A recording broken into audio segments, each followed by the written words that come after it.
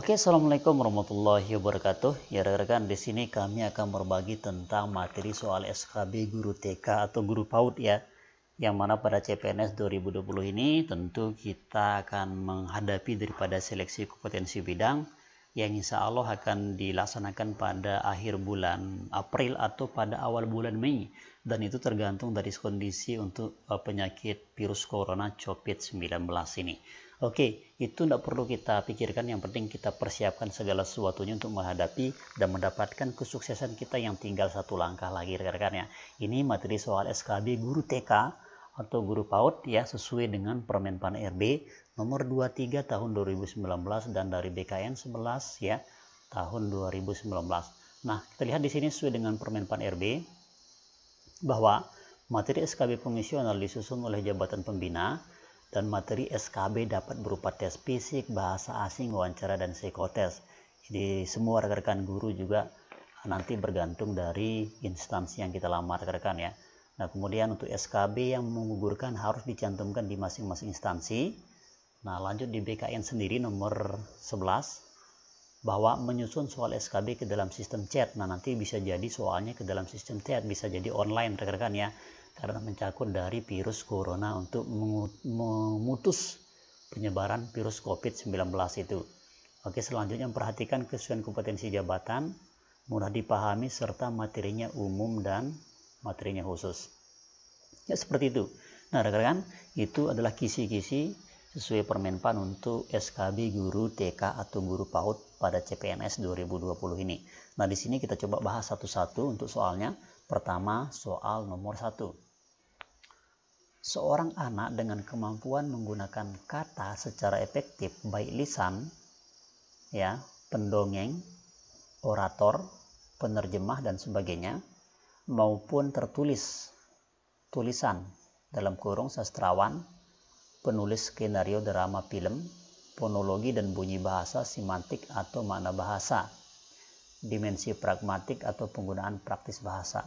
Menurut Howard Gardner, anak tersebut mempunyai kecerdasan A. Kecerdasan bahasa, B. Kecerdasan logika matematika, C. Kecerdasan ruang, D. Kecerdasan gerak tubuh.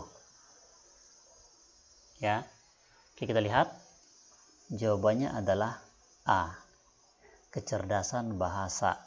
Ya, ini biasa untuk anak-anak TK atau guru-guru PAUD ya, yang biasa mempelajari dengan kita melihat kecerdasan anak itu berbeda-beda. Ada yang di matematika, ada yang di ruang, ada yang gerak tubuh, ada juga di bahasa. Jadi untuk soal ini sesuai dengan Howard Gardner, jadi anak tersebut mempunyai kecerdasan bahasa. Jadi yang tepat adalah yaitu A. Jelas rekan-rekan guru TK?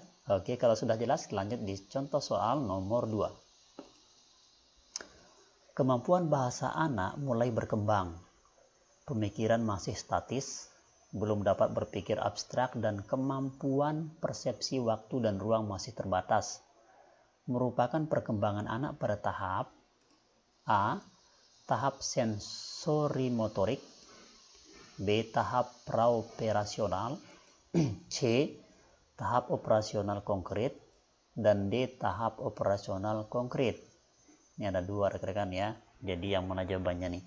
Jadi A, B, C atau C ya. Silakan yang mana jawabannya rekan-rekan guru TK. Oke, Anda bisa jawab dalam hati Anda atau Anda post video ini, jawab pada kolom komentar. Oke, kita lihat jawabannya adalah yaitu B. Tahap praoperasional. Ya, ini merupakan perkembangan anak ya, yang pemikirannya masih statis, yang berpikir abstrak gitu. Jadi yang paling tepat adalah yaitu B. Tahap praoperasional. Oke, jelas? Oke, rekan-rekan guru TK, lanjut ke contoh soal nomor 3. Untuk mengetahui kemampuan awal peserta didik atau anak TK, seorang pendidik dapat melakukan A. Pengayaan materi pelajaran, B. Refleksi, C. Latar belakang peserta didik, dan D. Tes awal atau pretest. Ya, ini kemampuan awal ya, anak-anak kita yang masih kecil, anak-anak guru TK atau guru PAUD, kita bisa mengetesnya lewat hal-hal seperti ini. Yang mana yang paling tepat? Oke, silakan dijawab dalam hati. Oke, kalau sudah, kita lihat jawabannya adalah yaitu D. Tes awal atau pretest. Jelas rekan-rekan ya? Jadi kita bisa melakukan pretest kepada anak-anak kita, dia lebih dominan kemana gitu. Apakah dia lebih dominan dengan gerak atau dengan lagu anak-anak TK kita, atau dengan permainan dia lebih cepat paham. Nah, kita bisa mulai pelajaran melalui dunia mereka seperti itu rekan-rekan ya. Oke, lanjut di contoh soal nomor 4. Yang ditekankan di dalam strategi pembelajaran interaktif adalah A. Membangun inisiatif individu, kemandirian dan peningkatan diri. B. Diskusi dan sharing di antara peserta didik. C. Pembelajaran didominasi arahan dari guru. Dan D. Proses penyampaian materi secara verbal. Secara verbal. Yuk, yang mana jawabannya rekan-rekan guru TK untuk SKB guru TK CPNS 2020 ini? Yang paling tepat A, B, C atau D. Oke, jawab dalam hati. Oke, kalau sudah, kita lihat jawabannya adalah yaitu B. Diskusi dan sharing di antara peserta didik. Jadi bisa kita sharing sama anak-anak TK, Dek, maunya yang mana? Ya, maukah lewat gambar atau mau pelajarannya pakai apa gitu ya. Bisa kita mulai dengan kesukaan mereka sehingga ketika menyampaikan materi itu kita lebih luasa dan tidak mengalami kesulitan ya, seperti itu rekan-rekan ya, untuk soal nomor 4 ini. Lanjut, contoh soal nomor 5. Bentuk penilaian yang menghendaki peserta didik menampilkan sikap menggunakan pengetahuan yang diperoleh dalam pembelajaran dalam melaksanakan tugas disebut penilaian. A. Pretest, B. Post-test, C. Autentik, dan D. Non-autentik. Yuk, yang mana jawabannya? Oke, kita lihat jawabannya adalah yaitu C. Autentik. Ya, ini yang disebut dengan penilaian autentik, yaitu penampilan sikap yang menggunakan pengetahuan. Oke, jelas nomor 5 bukan rekan-rekan? Ya, seperti itu rekan ya. Lanjut kita ke contoh soal nomor 6. Upaya membimbing siswa untuk mengembangkan keterampilan pengetahuan terlihat dalam upaya guru. A. Memberi contoh penting toleransi. B. Mendiskusikan bagaimana mengubah permasalahan sekitar siswa. C. Melatih bagaimana mempersiapkan kesehatan diri dan lingkungan sekitar. Dan D. Melatih siswa membuat keputusan yang diambil berdasarkan informasi. Yuk, yang mana jawabannya rekan-rekan guru TK? Silahkan dijawab pada kolom komentar atau dalam hati Anda juga boleh. Oke, kita lihat jawabannya adalah yaitu B. Oke, jelas. Lanjut kita ke contoh soal nomor 7. Kegemaran anak akan dongeng atau cerita yang bersifat kritis seperti kisah perjalanan riwayat para pahlawan dan sebagaimana merupakan ciri anak berusia A. 3-5 tahun, B. 6-8 tahun, C. 10-12 tahun, dan D. 15-18 tahun. Yuk, yang mana jawabannya rekan-rekan? Apakah A, B, C, atau D? Silahkan dijawab di kolom komentar atau dalam hati Anda juga boleh. Oke, sudah. Langsung aja kita lihat jawabannya. Oke, jawabannya adalah yaitu C. 10-12 tahun.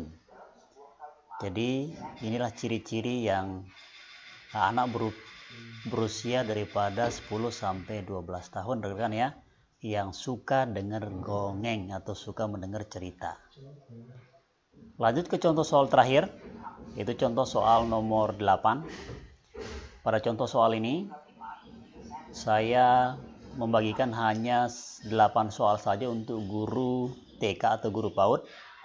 Sebenarnya ada 15 soal, tapi saya tidak bahas karena di sini menyangkut waktu sedikit sekali. Saya akan membagikannya dengan menterterakan alamat email Anda pada kolom komentar. Tapi dengan syaratnya like dan subscribe rekan-rekan ya, agar kami terus bersemangat untuk mengirimkan file-file lengkap daripada soal SKB Guru TK atau Guru PAUD CPNS 2020 ini. Oke, kalau sudah like dan subscribe, kita lanjut di pembacaan soalnya. Seorang bayi mulai berinteraksi dengan mengeluarkan bunyi-bunyi yang tidak beraturan ketika diperhatikan sebuah mainan dan diajak bicara.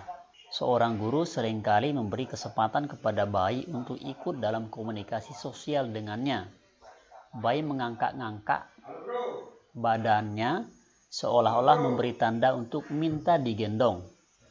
Ketika itulah bayi pertama kali mengenal sosialisasi dan merasakan bahwa dunia ini tempat orang saling berbagi rasa. Proses anak mulai mengenal komunikasi dengan lingkungannya secara verbal disebut dengan A. Pemerolehan bahasa, B. Pemerolehan isyarat anak, C. Pemecahan bahasa anak, dan D. Karakteristik anak. Silakan yang mana jawabannya. Oke, kita lihat jawabannya adalah yaitu E. Karakteristik anak. Oke rekan-rekan, demikian tutorial atau cara menyelesaikan daripada soal SKB Guru SD atau Guru TK Guru PAUD pada CPNS 2020 ini. Thanks for watching, sukses berdalam bersama channel Situs Edukasi. Jangan lupa like dan subscribe serta share video ini untuk bermanfaat dan semoga menjadi amal jariah kita bersama. Thank you, syukran, sekian. Assalamualaikum warahmatullahi wabarakatuh.